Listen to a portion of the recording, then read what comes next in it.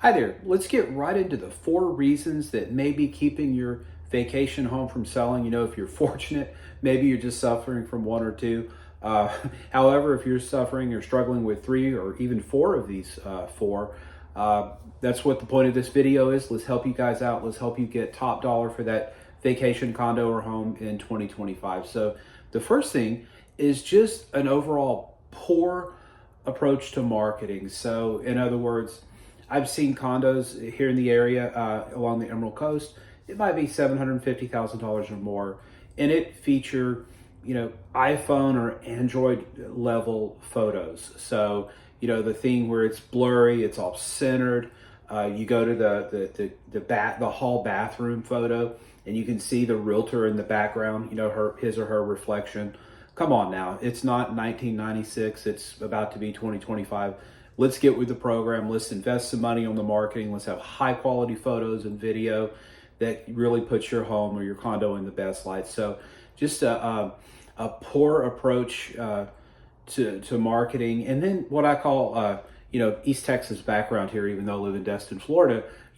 Fishing by the wrong stump, and so the purchaser for this property likely does not live along the coast, the Emerald Coast. Now, certainly people will buy multiple condos in the same building and whatnot, but more than likely, the buyer for your unit lives in one of our feeder cities: Atlanta, Nashville, Houston, believe it or not, Minneapolis. We've got direct flights. There's a whole lot of Minneapolis here along the Emerald Coast. And so the marketing needs to be over there in those feeder markets where the buyers actually are, versus here within 10 miles of the real estate office where, maybe there's no condo buyers. And so the first thing is just poor marketing. So if we can overcome that, just a general fear. In 2024 was the year of fear. And so with all the stuff going on, the insurance crisis where insurance companies were pulling out of the state and premiums were literally going through the roof. And I've done real estate for 16 years, so I've seen several election cycles, and each one there's a sense of uncertainty. This one was a tire fire. And so, I can't tell you how many prospective buyers and sellers that I talked to that simply said, we're waiting until this election stuff is behind us before we move forward. Generally in sales, we call that a smokescreen. That's not really the case. It's like walking into a department store and the person there saying, sir, can I help you? And you say, no, thanks, I'm just looking. Well, you didn't plan half your Saturday to go look at undershirts at Dillard's, right? You came in there to buy an undershirt. You just didn't want that pesky salesperson, him or her, following you around while you did it. And that's normally a smokescreen.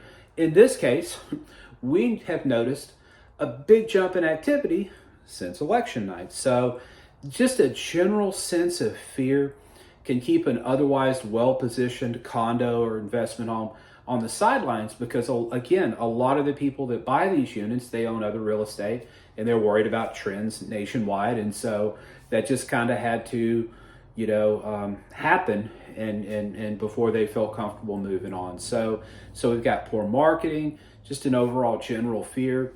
And 3, and you probably thought this was going to be number 1, improper pricing. So the days in Florida, at least, of when you're ready to sell your condo, you look at the last condo that sold in your building, and then you add 15 to 20% to that just for fun, testing the market. Those are over. And so, you really need to look at, that's what people like myself help you with. We look at what has sold, actually went to the closing table, versus what's just on the market. And as we put extra attention normally to what has recently sold, because that kind of gives us an idea of which direction the market is heading. So, improper pricing is definitely one of those things you want to look at. And what I do with my sellers is I give you feedback every Friday. And, a lot of my sellers are very busy people. They're doing 10, 20 different things. And so I pick up the phone and I call every Friday afternoon. If it goes to voicemail, I have my notes in front of me. Here's what's happened for the week. Here's the activity we've seen. Here's some of the feedback from the showings. And so that way my sellers are informed. And, once a month or so, we'll review the price. I'll do a fresh CMA, comparative market analysis, and I'll let you know, hey, it looks like we're, a little high, looks like the market's trending a little downward. Maybe we need to do a price improvement. Or look, actually been some good sales, good particular sales. I think we're priced right. Let's just stick where we are and, amplify the advertising a little bit. And so improper pricing is another thing that may cause your condo to set for a while. And finally, not being the shiny penny. And what do I mean by this? I live at a resort called Sandpiper Cove, 600 and some odd units. I think 630 units. So spread over a big piece of land. So it's a really nice place. But there's normally about 30 or 40 homes on the property at any given time, if not a little more. And so if you have a one-bedroom unit in there and there are 18 one-bedroom units, that can be a problem. I listed my neighbor's condo, back in October. And at the time, we felt like it was going to take about 90 days, even if we did everything right, about 90 days to find a buyer. We sold it in 3 days with a backup offer. And that's not me bragging, that's just a seller that happened to be a home appraiser in a different state. He looked around, he saw which direction the wind was going. He cut his price a little under, what some of the others were going for, not much, just actually about $10,000 on a $500,000 unit. And guess what? It sold, and he had a cash backup offer that was waiting in the wings in the entire time. Incidentally, my other neighbor, I noticed she was packing up a couple of weeks ago, went down to talk to her, and she thanked me. And I said, well, what are you thanking me for? She goes, you saw my condo. And I'm like, well, I don't remember doing that. She goes, yeah, I looked at your pricing and your marketing. I played monkey see, monkey do, listed right at your price, went into the owner's group and posted it there, had me a cash offer.